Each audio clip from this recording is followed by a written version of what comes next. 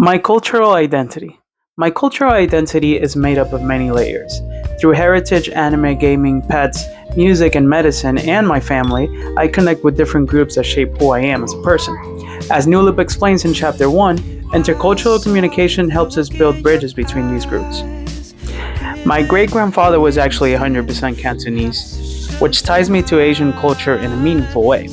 In a sense, I feel genetically drawn to Asian traditions, which is why I've always gravitated towards Japan. Anime and Japanese culture connect me to collectivist, high context world where harmony is valued as described in chapter 2. Since my wife is half Japanese and our daughter's name is Harumi, Japan is a big part of our daily life. I'm also a gamer, and together anime and video game connects me to global microcultures, as explained in chapter 3, becoming gateways into friendships across cultures. My pets are also part of my identity. I have a dog named China and a cat named Mocha, and being an animal lover connects me to the microculture of pet owners. As mentioned in chapter 3, pets bring values of compassion and responsibility, and they often spark instant connections with others who share the same love for animals. When China was once bitten by another dog, I treated her wounds using my medical training, which showed me how my love for animals and my healthcare skills came in together. Now let's talk about music. Music is one of the strongest parts of my identity. My genres connect me to jazz, R&B, and Latin microcultures, while also giving me a space for individual expression. Music is universal. It breaks barriers and builds connections. So I'm going to leave this clip here of a few seconds of me doing a performance. You may not think that I care for you when you know that I really do. It's me you need.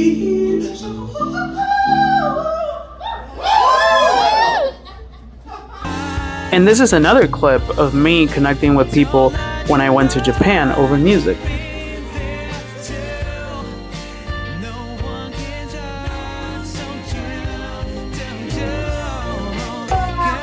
So now let's talk about my career.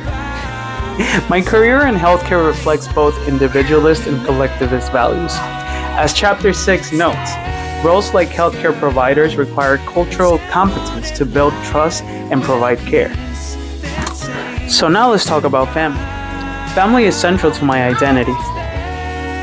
As you can hear, I stepped outside of cultural expectation when I married my wife, who already had 4 children. And later we welcomed our daughter, who you can hear right now, Harumi. At first there was disapproval because it wasn't seen as a norm, but we built a happy, harmonious home without worrying about what others had to say. This reflects what Chapter 2 describes, the balance between collectivist values of family and individualist values of living authentically.